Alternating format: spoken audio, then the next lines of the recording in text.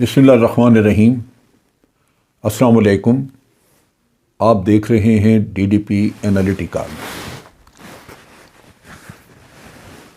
پاکستان بجلی پیدا کرنے کے کارخانے وقتاً فوقتاً لگاتا رہا، اور بدقسمتی کہ یہاں پہ زیادہ تر پاور جنریشن جو ہے وہ امپورٹڈ کوئلے پہ یا جو تیل ہے اس پہ یا گیس پہ، گیس کی قلت ملک میں موجود ہے اور تیل امپورٹ کیا جاتا ہے، لہذا ایک ڈپینڈنس ہے آپ کی جس پہ آپ فارن ایکسچینج خرچ کر کے تو باہر سے یہ را مٹیریل منگواتے ہیں اور پاور جنریشن کا کام کرتے ہیں۔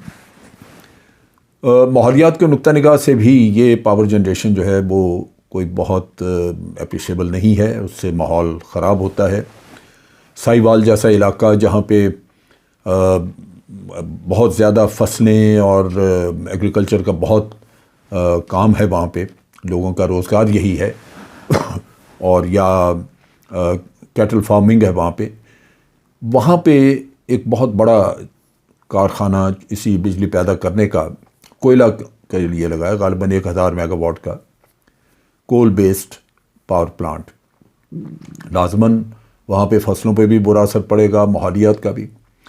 دو ہی چیزیں ہیں جو کہ بہت بہترین ہیں، جو کہ ماحولیات کے نقطہ نگاہ سے بھی اور پاور جنریشن کو سستا رکھنے کے نقطہ نگاہ سے بھی، تاکہ عوام کے اوپر مہنگی بجلی کا بوجھ نہ بنے۔ جو تیل، گیس اور کوئلے کے بجلی گھر ہیں وہ چونکہ امپورٹڈ را مٹیریل ہے تو اس کی وجہ سے وہ کافی مہنگی بجلی پڑتی ہے۔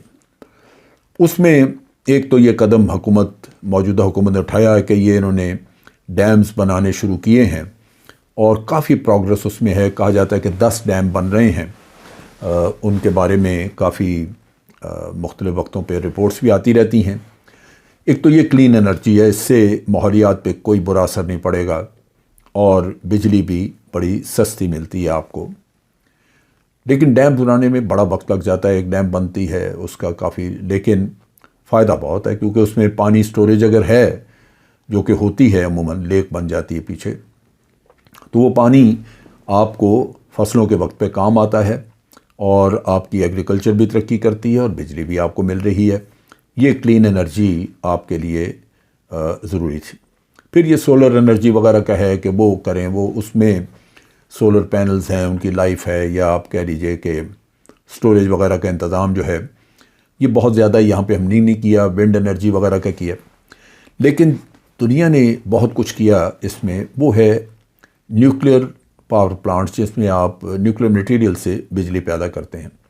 بھارت نے جب امریکہ نے بھارت کے ساتھ جب معاہدہ کیا نیوکلیر کوآپریشن کا 2005 میں، تو اس کی بنیادی اس وقت ضرورت اور وجہ یہی تھی کہ بھارت نے ایک اپنی انٹینشن ظاہر کی ہوئی تھی کہ 2030 تک وہ 23 نیوکلیر پاور پلانٹ لگائیں گے۔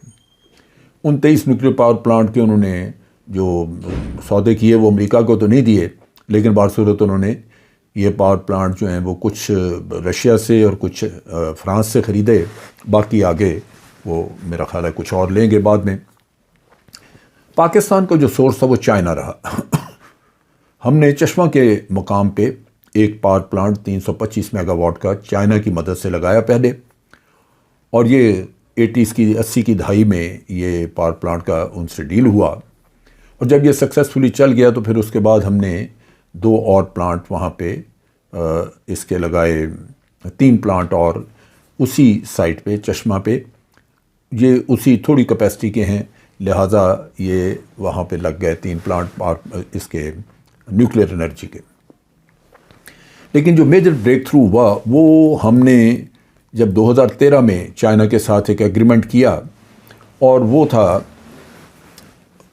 ہمارا کراچی میں 2 پلانٹ لگانے کا، K2 اور K3۔ K1 وہاں پہ پہلے ہی موجود ہے، کنوپ پلانٹ جیسے پاور پلانٹ کہتے ہیں۔ یہ ایک طرح کا بڑا چھوٹا تھوڑی پاور پروڈکشن والا ہے پلانٹ، اور یہ ہم نے لگایا تھا وہاں پہ کینیڈا کی مدد سے۔ اس زمانے میں کینیڈا نے ہمیں اسسٹ بھی کیا اور یہ ایک طرح کا ریسرچ ریکٹر تھا، لیکن اس کے ساتھ ساتھ آپ دیکھیے پاور جنریشن ہوئی اور فائدہ رہا ہمیں لیکن یہ اپنی مدت، اپنی عمر، اپنی لائف پوری کر چکا ہے. اب اس کو ڈیکمیشن کرنا ہے. سو ڈیکمیشن ہو جائے گا وہ پلانٹ. لیکن اس سے پہلے 2 پلانٹ جو چائنا نے بنانے تھے 2013 میں جس کے ایگریمنٹ ہوئے تھے، وہ K2 اور K3 پلانٹ تھے. K2 پچھلے سال مئی 2021 میں وہ اپنی پروڈکشن پہ آ گیا، پروڈکشن شروع ہو گئی. خوشخبری کی بات یہ ہے کہ اب تیسرا یعنی K3 پلانٹ جو ہے وہ بھی تیار ہے. اس وقت اس کے ٹیسٹ ہو رہے ہیں، سیفٹی کے اور سیکورٹی وغیرہ کے ٹیسٹ ہو رہے ہیں اس کے، اور توقع یہ ہے کہ مارچ 2022 میں یہ پلانٹ پروڈکشن شروع کر دے گا. ہمارے جو ذرائع انہوں نے یہ بتایا ہے کہ یہ پلانٹ کمیشن کرنے کے لیے پوری طرح تیاری ہے. اس میں جو فیول لوڈ کرنا ہوتا ہے اس کے لیے پاکستان نیوکلیئر ریگولیٹری اتھارٹی ہے جس سے کہ آپ کو اجازت دینی پڑتی ہے. وہ چیک کرتے ہیں اس کے سارے سسٹمز کو. وہ چیک ہو گئے، لائسنس مل گیا اس کا، اور اب اس میں یہ فیول وغیرہ لوڈ کیا جائے گا. اس کی جیسے ہی وہ لوڈ کرتے ہیں تو اس کو پھر پاور جنریشن کی طرف لے جائیں گے. یہ پروسیس امید ہے کہ مارچ کے مہینے میں مکمل ہو جائے گا.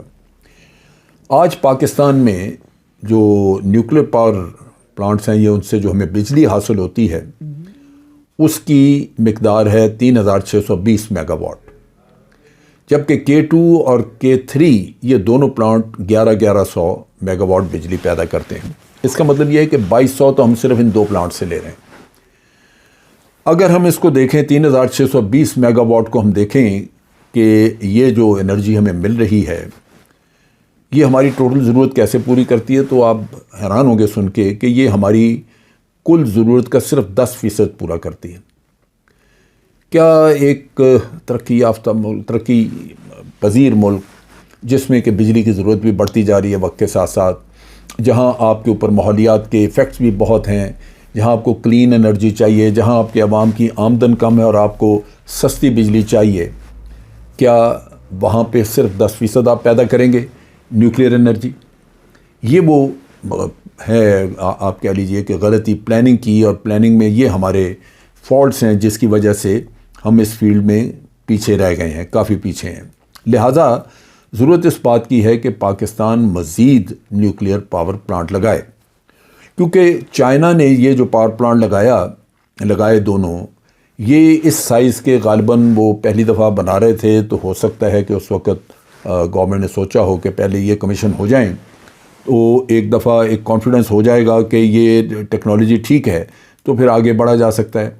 لہٰذا ایک بات تو ہمیں واضح ہے، سامنے ہے کہ لاسٹ یعنی 2021 مئی سے ہمارا K2 تو ورک کر رہا ہے، وہ چل رہا ہے اور بجلی دے رہا ہے، اور یہ اب تیار ہو جائے گا، جو کہ کرونا اور حالات کی بڑی خرابی کی وجہ سے باوجود اس کے یہ وقت پہ تیار ہو گیا ہے.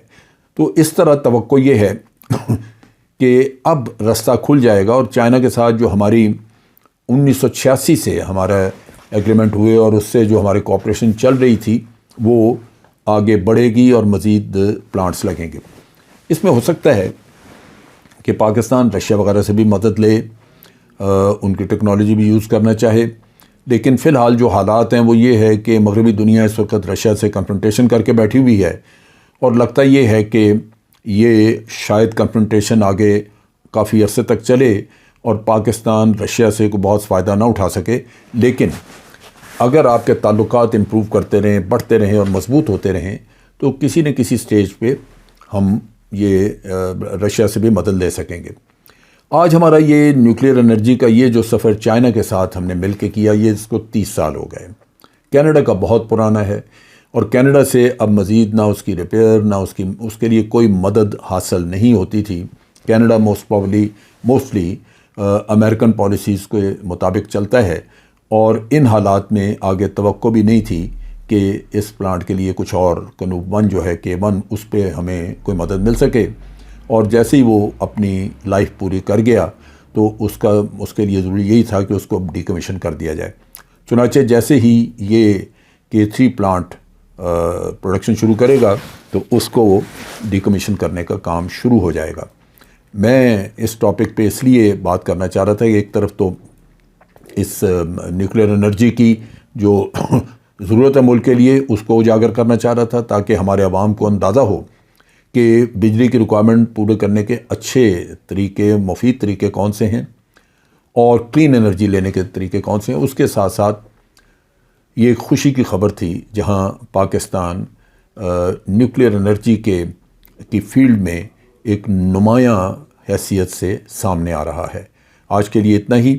افواج پاکستان زندہ باد، پاکستان پائندہ باد۔